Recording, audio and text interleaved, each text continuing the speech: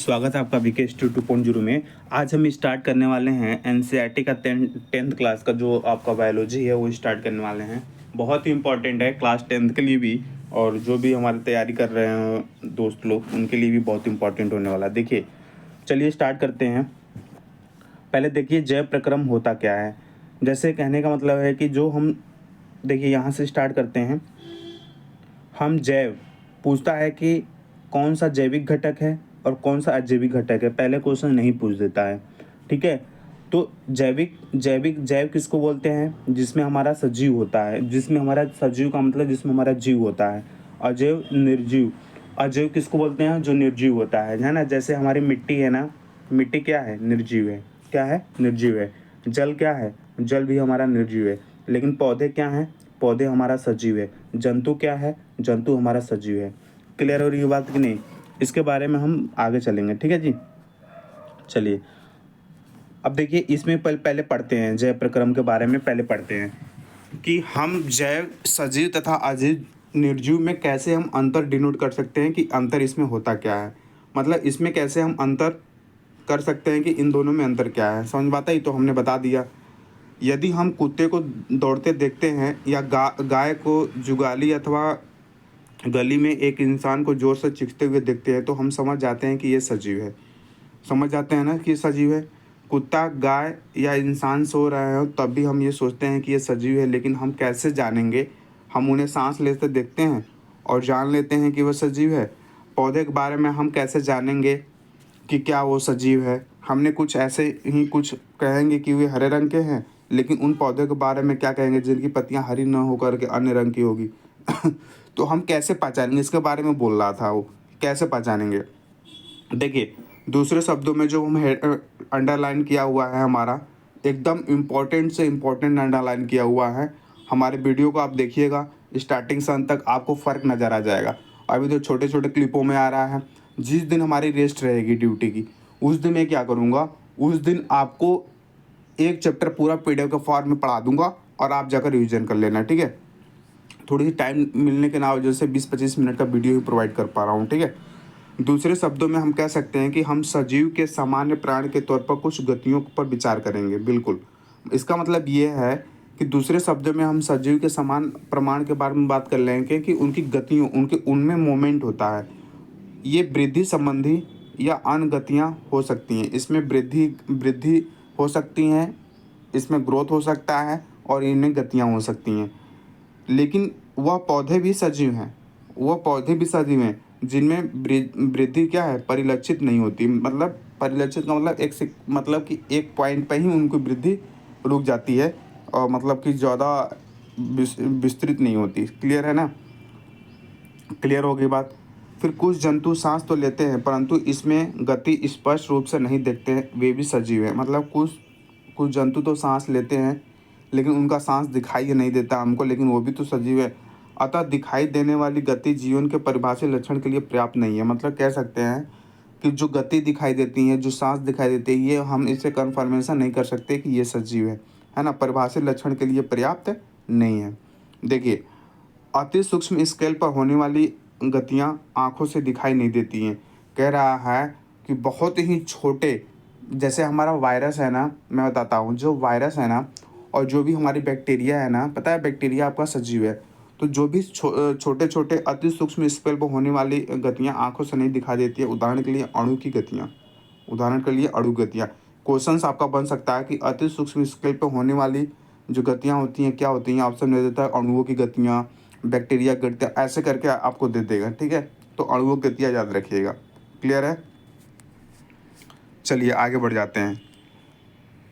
देखो, यहाँ से क्वेश्चंस बना था, है ना, अब बनेगा। देखो, वास्तव में अगर हम विषाणु के अंदर आणविक गति नहीं होती है, बिल्कुल नहीं होती है, नहीं होती है ना, बिल्कुल नहीं होती है जब तक वे किसी कोशिका को संक्रमित नहीं करते। जैसे विषाणु हमारे अंदर प्रवेश कर गया तो वायरस के फॉर्म में हमारे बॉडी को क्या करेगा? जब वायरस हमारे बॉडी में जाएगा तभी वो एक्टिव रहेगा, वरना वो एक्टिव नहीं रहेगा। तो पूछ सकता है कि विषाणु क्या है, तो विषाणु आपका निर्जीव है। ये बात का ध्यान रखिएगा। विषाणु कैसा है? तो विषाणु नॉन लिविंग है। देखो मैं यहाँ लिखा हूँ ना, विषाणु क्या है, नॉन लिविंग है। ठीक है, क्लियर हो रही है बात कि नहीं हो रही है? ठीक है। जीवन के लिए आणविक गतियाँ क्यों आवश्यक है, पूरे कक्षाओं में हम देख चुके हैं। सजीव की संरचना देखो सजीव की जो संरचना होती है सुसंगठित होती है, उनमें ऊतक हो सकते हैं और ऊतकों में कोशिकाएं होती हैं। क्लियर है ना? ऊतक में क्या होती हैं, कोशिकाएं होती हैं। कोशिकाओं में छोटे छोटे क्या होते हैं, घटक होते हैं। सजीव की यह संगठित एवं सुव्यवस्थित संरचना समय के साथ साथ पर्यावरण के प्रभाव के कारण विघटित होने लगती है। यदि यह व्यवस्था टूटती है तो जीव और अधिक समय तक जीवित नहीं रह पाएगा। ठीक है, अतः जीवों को शरीर को मरम्मत तथा अनुरक्षण की आवश्यकता होती है, क्योंकि ये सभी संरचनाएं किससे बने हैं, अणुओं से बने हैं। किससे बने हैं, अणुओं से बने हैं। उन्हें अणुओं को लगातार गतिशील बनाए रखने चाहिए। सजीवों में अनुरक्षण प्रक्रम कौन से हैं, आइए खोजते हैं। अब ये समझ में आता ही, समझ बात आ रही कि नहीं आ गई? जो अंडरलाइन किया हूँ वो इम्पोर्टेंट है, आप देख लेना। फिर उसके बाद हम आते हैं नेक्स्ट, अब आते हैं हम जैव प्रक्रम पे। क्लियर है बात ना? क्लियर है? चलिए अब आते हैं हम जैव प्रक्रम पे। देखिए जैव प्रक्रम क्या है? जीवों का अनुरक्षण कार्य निरंतर होना चाहिए। यह उस समय भी चलता है जब वे कोई विशेष कार्य नहीं करते। जब हम सो रहे हों अथवा कक्षा में बैठे हों उस समय भी यह अनुरक्षण का काम चलता रहना चाहिए। यहाँ से देखिए, वे सभी प्रक्रम जो सम्मिलित रूप से अनुरक्षण का कार्य करते हैं, मतलब सम्मिलित रूप से अनुरक्षण, अनुरक्षण का मतलब होता है किसी चीज़ को उसी रूप में बनाए रखना या उसका रख रखाव करना। क्लियर है ना? तो वे सभी प्रक्रम, ऐसा जो प्रोसेस जो सम्मिलित रूप से, कंबाइंड रूप से किसी चीज़ को उसी रूप में बनाए रखता है और या उसको रख रखाव करता है, उसी रूप में उसको रख रखाव करता है, तो जैव प्रक्रम कहलाता है। कहने का मतलब ये है कि कोई भी क्षति होती है वो क्षति से बचाता है ना, टूट फूट रोकने से बचाता है। ये है जैव प्रक्रम का कार्य। क्लियर है ना बात दोस्त मेरे? ठीक है, क्योंकि क्षति तथा टूट फूट करने के लिए अनुरक्षण प्रक्रम की आवश्यकता होती है, इसलिए इन्हें ऊर्जा की आवश्यकता होगी। ठीक है, यह ऊर्जा एकल जीव के शरीर से बाहर आती है, इसलिए ऊर्जा के स्रोत का बाहर से जीव के शरीर में स्थानांतरण के लिए कोई प्रक्रम होना चाहिए। क्योंकि ऊर्जा एकल जीव के शरीर से बाहर आती है ना, इसलिए इसमें कोई ना कोई एक प्रक्रम होना चाहिए। इस ऊर्जा के स्रोत को हम भोजन तथा शरीर के अंदर लेने, और जो ऊर्जा जो हम भोजन, जो ऊर्जा के स्रोत में हम भोजन तथा शरीर के अंदर लेने के प्रक्रम को क्या कहते हैं, हम पोषण कहते हैं। तो ये अंडरलाइन करके करिएगा कि ऊर्जा के स्रोत को हम भोजन तथा शरीर के अंदर के रूप में लेने के प्रक्रम को क्या कहते हैं, तो पोषण कहते हैं। इस बात पर ध्यान रखिएगा। एक यहाँ से है कि पृथ्वी पर जीवन जो है कार्बन आधारित जो है किस पर निर्भर है, तो पृथ्वी पर जीवन जो है कार्बन आधारित अणुओं पर निर्भर है। छोटे छोटे पॉइंट्स, भाई ऐसे पॉइंट्स आपको एग्जाम में रखेगा ना कि आप कहेंगे अरे यार ये क्या है, मतलब आप डाउट में रहेंगे। पृथ्वी पर जीवन कार्बन आधारित किस पर निर्भर करता है, कि पृथ्वी पर जो जीवन है हमारा वो कार्बन आधारित किस पर निर्भर करता है, तो अणुओं पर निर्भर करता है। क्लियर होगी बात? समझ बात आ गई? चलिए देखिए यहाँ अब ये जो हमने अंडरलाइन किया है इसको देखते हैं। ये जो अंडरलाइन किया है इसको देखते हैं। यहाँ कह रहा है कि उपचयन, अपचयन, अभिक्रिया अणुओं के विघटन की कुछ सामान्य रासायनिक युक्तियाँ हैं। इसके लिए बहुत से जीव शरीर के बाहरी स्रोत से ऑक्सीजन प्रयुक्त करते हैं। शरीर के बाहर से ऑक्सीजन को ग्रहण करना तथा कोशिकीय आवश्यकता के अनुसार खाद्य स्रोतों के विघटन में इसका उपयोग करते हैं, जिसको हम श्वसन कहते हैं।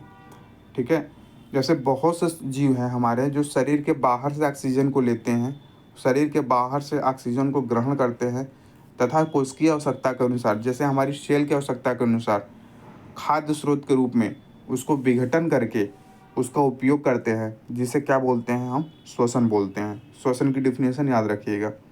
क्लियर है? एक एक कोशिकीय जीव की पूरी सतह पर्यावरण के संपर्क में रहती है, अतः उन्हें भोजन करने के लिए, गैसों का आदान प्रदान करने के लिए या वर्ज्य पदार्थों के निष्कासन के लिए किसी विशेष अंग की आवश्यकता नहीं होती है।